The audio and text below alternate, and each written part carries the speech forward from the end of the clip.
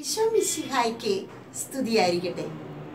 പ്രിയപ്പെട്ട സഹോദരങ്ങളെ, നമ്മൾ വിശുദ്ധ യോഹന്നാന് ലഭിച്ച വെളിപാട് 18 ദിവസം പിന്നിടുകയാണ്. ഇന്ന് നമ്മൾ വായിക്കാൻ പോകുന്നത് അധ്യായം 18 ദാനിയേൽ പ്രവാചകന്റെ പുസ്തകത്തിൽ ഇങ്ങനെ പറയുന്നു. അധ്യായം 10 മുഴുവൻ സമയവും 3 ആഴ്ചക്കാലം എന്ന് വെച്ചാൽ 21 ദിവസം 3 ആഴ്ചക്കാലം ഉപവസിച്ചുകൊണ്ട് ഒരു പ്രത്യേക നിയോഗത്തിന് ദൈവത്തിൻ്റെ ഹിതം വെളിപ്പെട്ട് കിട്ടാൻ പ്രാർത്ഥിച്ചു കൊണ്ടിരുന്ന ദാനിയേലിനെ പിന്നീട് ഒരു ദർശനത്തിൽ വെളിപ്പെടുത്തുകയാണ്. എന്ന് നിന്നെ തന്നെ എളിമപ്പെടുത്തിക്കൊണ്ട് രുചികരമായ ഭക്ഷണങ്ങളെല്ലാം ഉപേക്ഷിച്ച് നിന്നെ തന്നെ എളിമപ്പെടുത്തിക്കൊണ്ട് ഉപവാസം നീ തുടങ്ങിയോ, അന്നു മുതൽ നിന്റെ പ്രാർത്ഥനകൾ അത്യുന്നതനായ ദൈവത്തിലേക്ക് അർപ്പിച്ചു കൊണ്ടിരുന്നു എന്ന്. അപ്പോൾ നമ്മൾ ചെയ്യുന്നത് നിസ്സാര കാര്യമല്ല പ്രിയപ്പെട്ടവരെ. നമുക്ക് കുടുംബം ഒന്നിച്ച് ഉറക്കെ ഉച്ചത്തിൽ വായിച്ചുകൊണ്ട് ദൈവസന്നിധിയിൽ കൃപ കണ്ടെത്താം. അധ്യായം 18 ബാബിലോണിന്റെ പതനം.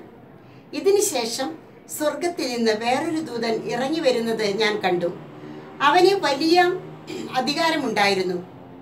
അവന്റെ തേജസ് കൊണ്ട് ഭൂമി പ്രകാശിച്ചു. അവൻ ശക്തമായ സ്വരത്തിൽ വിളിച്ചു പറഞ്ഞു, വീണു, മഹാബാബിലോൺ വീണു. അവൾ പിശാചുക്കളുടെ വാസസ്ഥലവും എല്ലാ അശുദ്ധാത്മാക്കളുടെ സങ്കേതവും അശുദ്ധവും ബീവത്സവുമായ സകല പക്ഷികളുടെയും താവളവുമായി. എന്തെന്നാൽ സകല ജനതകളും അവളുടെ ഭോഗാസക്തിയുടെ മാരകമായ വീഞ്ഞ് പാനം ചെയ്തു. ഭൂമിയിലെ രാജാക്കന്മാർ അവളുമായി വ്യഭിചാരം ചെയ്തു. അവളുടെ സുഖഭോഗ വസ്തുക്കൾ വഴി വ്യാപാരികൾ ധനികരായി. സ്വർഗത്തിൽ നിന്ന് വേറൊരു സ്വരം ഞാൻ കേട്ടു, എൻ്റെ ജനമേ, അവളിൽ നിന്ന് ഓടി അകലുവിൻ, അല്ലെങ്കിൽ അവളുടെ പാപങ്ങളിൽ നിങ്ങൾ പങ്കാളികളാകും. അവളുടെ മേൽ പതിച്ച മഹാമാരികൾ നിങ്ങളെയും പിടികൂടും. അവളുടെ പാപങ്ങൾ ആകാശത്തോളം കൂമ്പാരം കൂടിയിരിക്കുന്നു. ദൈവം അവളുടെ അതിക്രമങ്ങൾ ഓർമ്മിക്കുകയും ചെയ്തിരിക്കുന്നു. അവൾ കൊടുത്തതുപോലെ തന്നെ അവൾക്കും തിരികെ കൊടുക്കുവിൻ. അവളുടെ പ്രവൃത്തികൾക്ക് ഇരട്ടി പ്രതിഫലം നൽകുവിൻ. അവൾ കലർത്തി തന്ന പാനപാത്രത്തിൽ അവൾക്ക് ഇരട്ടി കലർത്തി കൊടുക്കുവിൻ.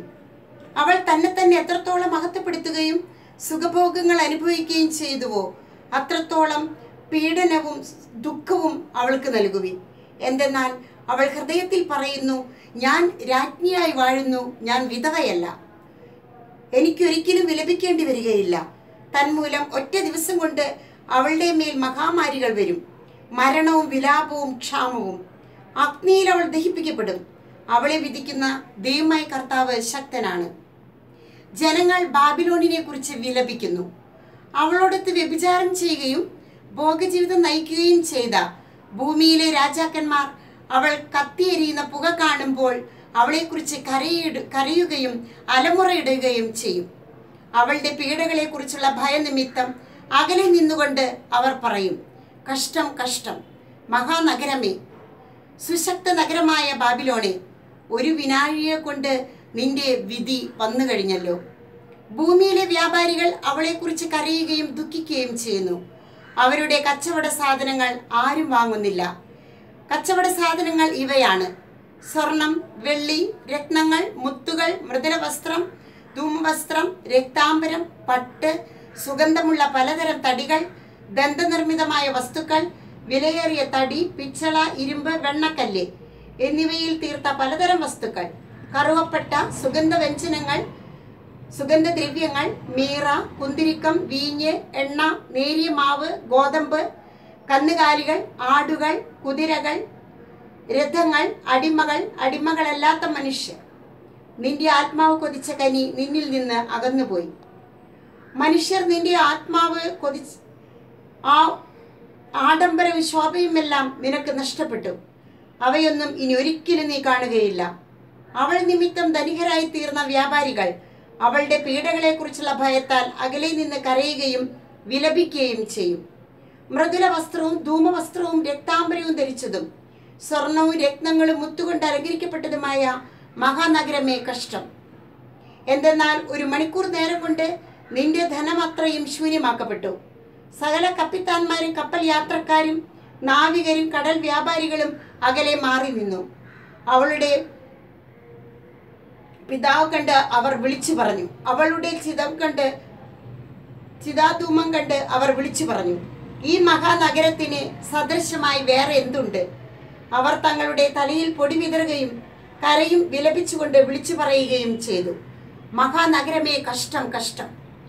കടലിൽ കപ്പലുള്ളവരെല്ലാം നീ മൂലം സമ്പന്നരായി, പക്ഷെ 1 മണിക്കൂർ കൊണ്ട് നീ നശിപ്പിക്കപ്പെട്ടു.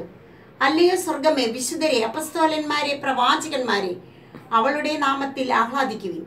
ദൈവം നിങ്ങൾക്ക് വേണ്ടി അവൾക്കെതിരെ വിധി പ്രസ്താവിച്ചു കഴിഞ്ഞു. അനന്തരം ശക്തനായ ഒരു ദൂതൻ വലിയ തിരിക്കല്ല് പോലുള്ള ഒരു കല്ലെടുത്ത് കടലിലേക്ക് എറിഞ്ഞിട്ട് പറഞ്ഞു, ബാബിലോൺ മഹാനഗരവും ഇതുപോലെ വലിച്ചെറിയപ്പെടും. ഇനി ഒരിക്കലും അവൾ കാണപ്പെടുകയില്ല. വീണ വായനക്കാരുടെയും ഗായകരുടെയും കുഴലൂതുന്നവരുടെയും കാഹളം വിളിക്കുന്നവരുടെയും ശബ്ദം ഇനി ഒരിക്കലും നിന്നിൽ കേൾക്കുകയില്ല. കരകൗശല വിദഗ്ധരും നിന്നിൽ ഇനിമേൽ കാണപ്പെടുകയില്ല. തിരികല്ലിന്റെ സ്വരം നിന്നിൽ നിന്ന് ഉയരുകയില്ല. ഒരു ദീപവും ഇനി ഒരിക്കലും നിന്നിൽ പ്രകാശിക്കുകയില്ല. വധൂവരന്മാരുടെ സ്വരം ഇനി ഒരിക്കലും നിന്നിൽ കേൾക്കുകയുമില്ല. നിന്റെ വ്യാപാരികൾ ഭൂമിയിലെ ഉന്നതന്മാരായിരുന്നു. നിന്റെ ആഭിചാരം കൊണ്ട് സകല ജനതകളെയും നീ വഞ്ചിക്കുകയും ചെയ്തു. പ്രവാചകരുടെയും വിശുദ്ധരുടെയും ഭൂമിയിൽ വധിക്കപ്പെട്ട സകലരുടെയും രക്തം അവളിൽ കാണപ്പെട്ടു. നമ്മുടെ കർത്താവായ മിശിഹായ്ക്ക് സ്തുതി.